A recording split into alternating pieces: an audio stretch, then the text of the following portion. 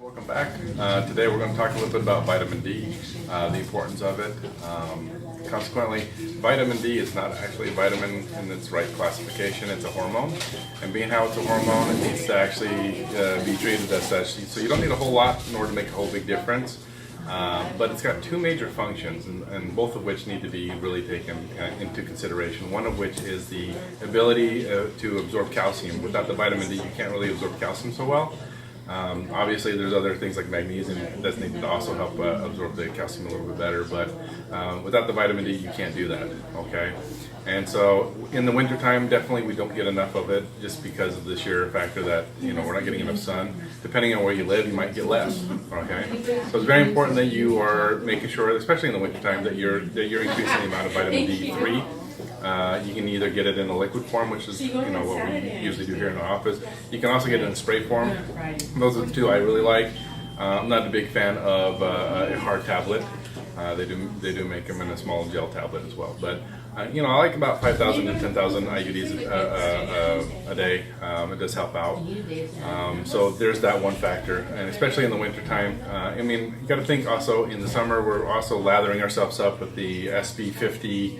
Sunscreen and all this other stuff. So we're kind of not getting as much as we really should be because we're kind of blocking it out.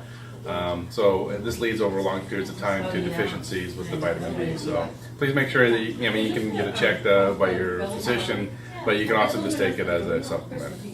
Okay. The other thing is that with vitamin D, it also helps with depression or with mood regulation because it is a hormone. It does play into it plays into the functions of the pituitary as well. So it's very important that you're making sure that you're getting enough so that it curbs a little bit of the winter blues, right? So that's a real thing, and so making sure that you get enough of the vitamin D should help out. Kind of even you out, level you out a little bit. So, those are the two things that I'd really like to consider about that.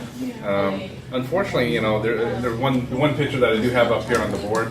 If you don't get enough vitamin D as far as the calcium absorption goes, your bones become porous. And as they become porous, they become weak and brittle. So if you do fall, or if you do have a little jolt or something that impacts it, it could actually collapse, okay? There's two things that go off in my head right away when a bone collapses and I catch that on an x-ray.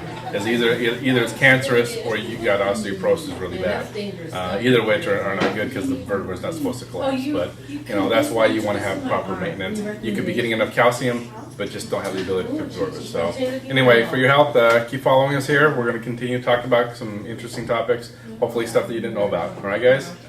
Take care now.